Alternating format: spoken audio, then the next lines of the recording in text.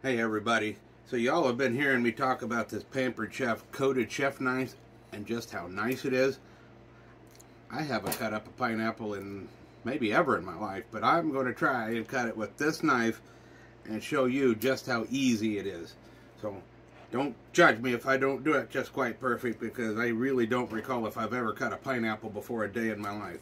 But I have great confidence that this knife is going to make short work of it. So I think you will just start digging in here.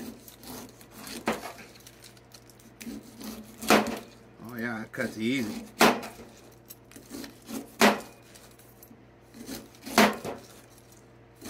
Ooh, a little deep.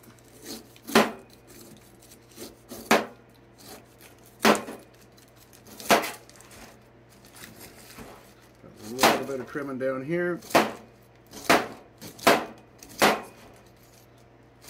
Got the bottom. One more trim right there. Flip it over. Cut the top.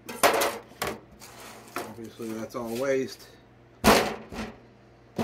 Man, how does it get any easier than that?